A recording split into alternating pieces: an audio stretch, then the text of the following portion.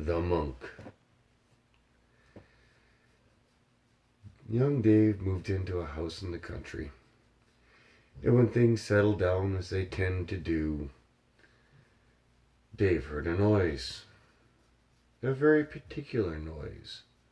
An odd noise. It wasn't a very loud noise, but nonetheless, there it was.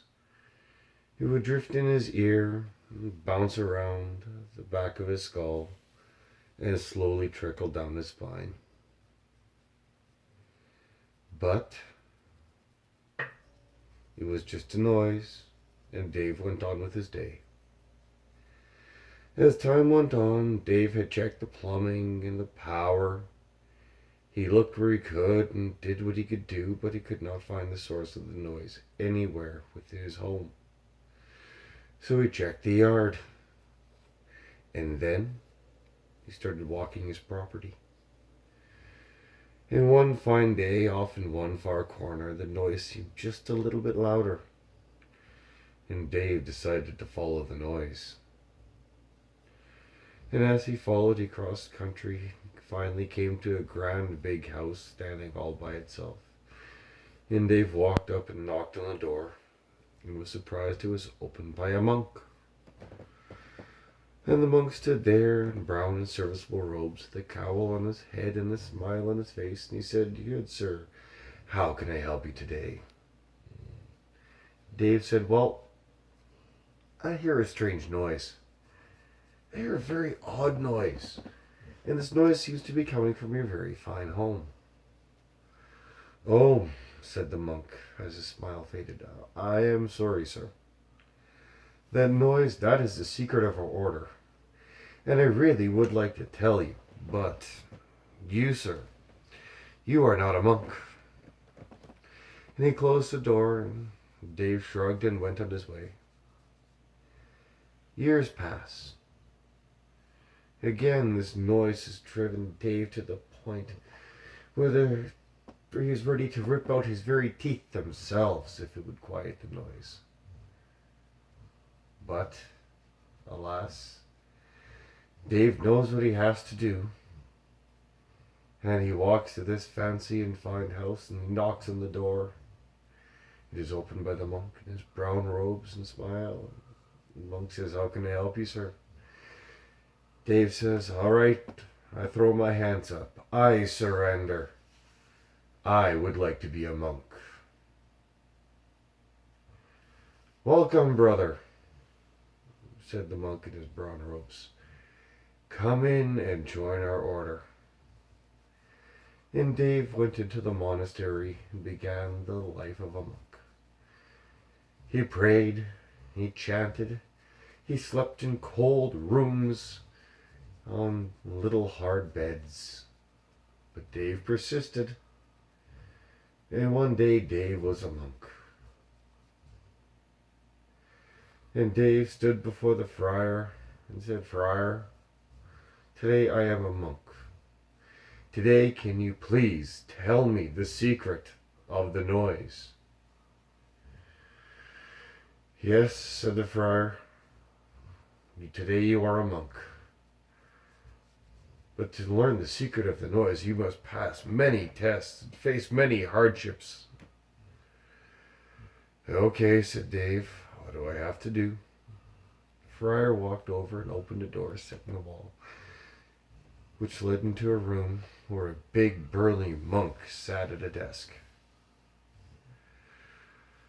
"Brother Jim," said the friar, "Brother Jim, I wish you to take Brother Dave here and take him and show him the secret of the noise." "All right," said Brother Jim. And Brother Jim took a deep breath and stood up, and he opened a door that led to a path that led to a winding and undulating forest. Unending trees as far as you could see.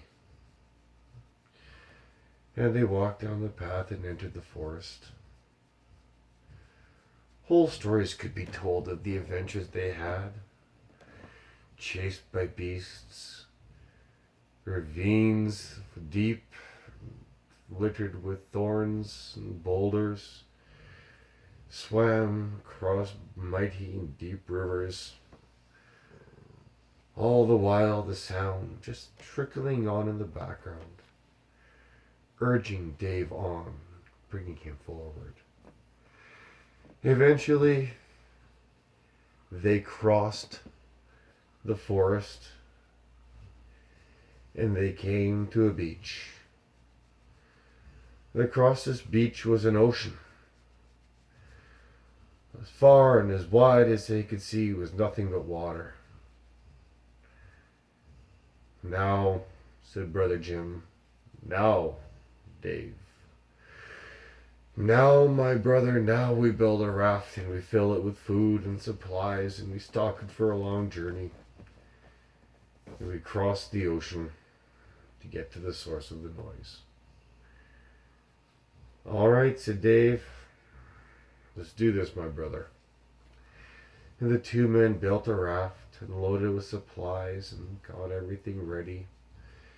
And one fine morning they launched their raft into the ocean, where it floated for a moment and promptly sunk.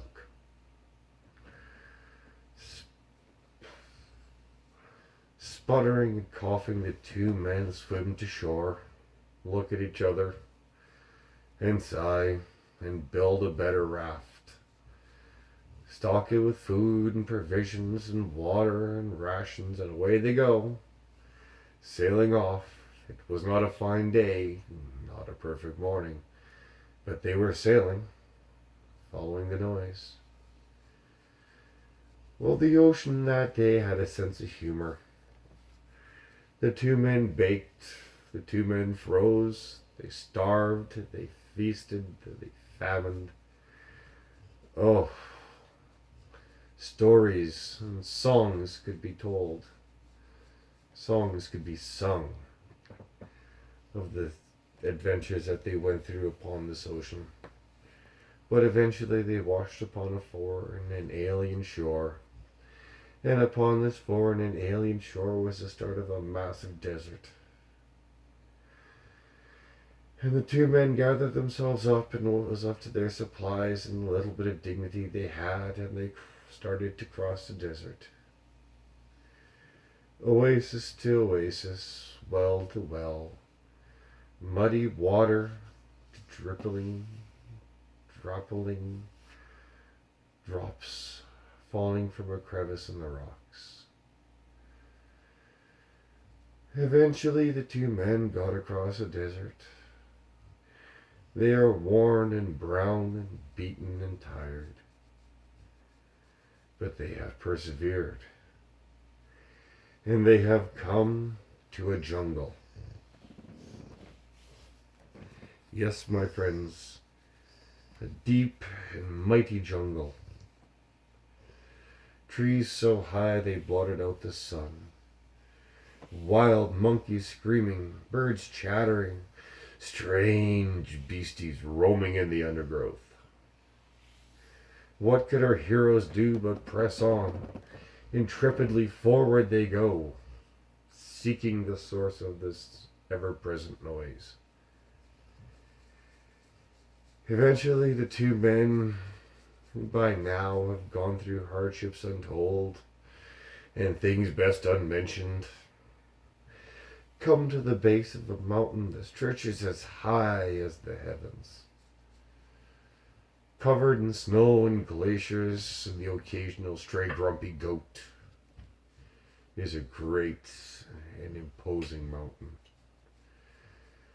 Brother Jim and Brother Dave start to climb and spend many arduous days in the journey, eventually getting up into the rarefied air to where the snow and the ice never melt, and it feels like the sun's rays and warmth have abandoned them all. The two men eventually staggered into a small cave that led down into the depths, into the roots of the mountain, the very heart of the earth itself.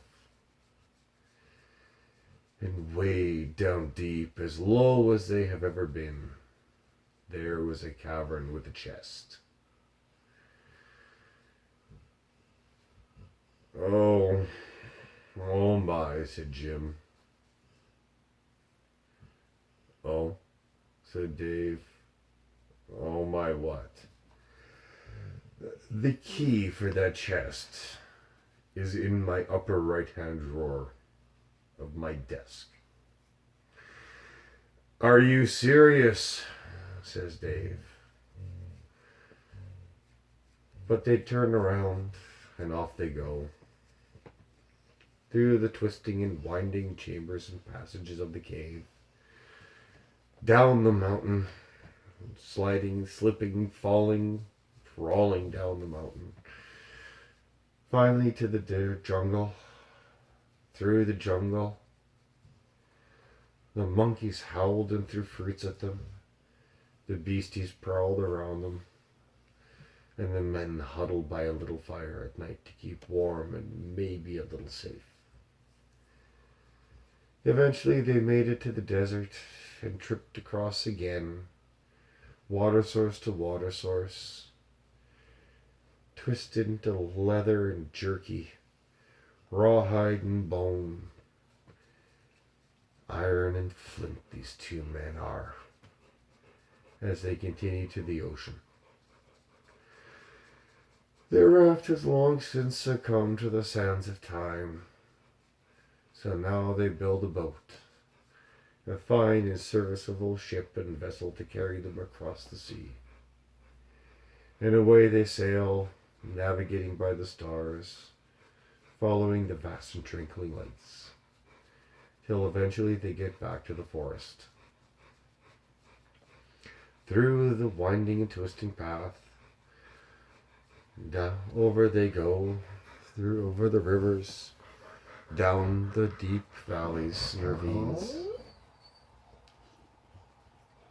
That was Hazel. Down and through ravines of thorns and boulders, back to the door of the monastery, where Jim pulls open the upper right-hand drawer of his desk and pulls out the big silver key. And without word or look, the two men turn and begin to trudge again. Endlessly onwardly forward they go, our two intrepid heroes, through the forest, across the ocean, getting lost once more in the desert, getting to the jungle where they no longer light a fire, for the beasts have decided there's no fat upon their bones, and even the bugs cannot bite through their iron hides. Our two friends make it back to the base of the mountain, and up they go. And they find the cave, and down they go. Back deep down the bowels of the earth, seemingly ready to drop out the bottom, until they finally come to the cavern once more. Jim slides the key into the lock and opens it up. Snap, pop. Sure, the old rusty hinges.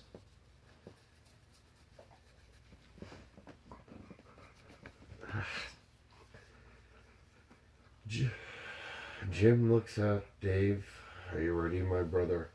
Are you ready to look into the chest and learn the secret of the noise?" "Yes, yes," says Dave. "Yes, Jim, I am ready. Let us look." And Dave looks in the chest, and Dave begins to laugh. And Dave laughs and laughs, peal after peal, ring after ring, till it seemed as if the very mountain laughed with him. Eventually he sat down and dried his tears and caught his breath. Jim closed and locked the chest, and the two men stood up and they walked out of the room, satisfied and happy that their quest is now over, and ready to return to their homes and get back to being monks. Now, my avid listeners, would you like to know the secret? Would you like to know what was in that chest? The secret of the noise? What made that sound? Well, my listeners, I cannot tell you.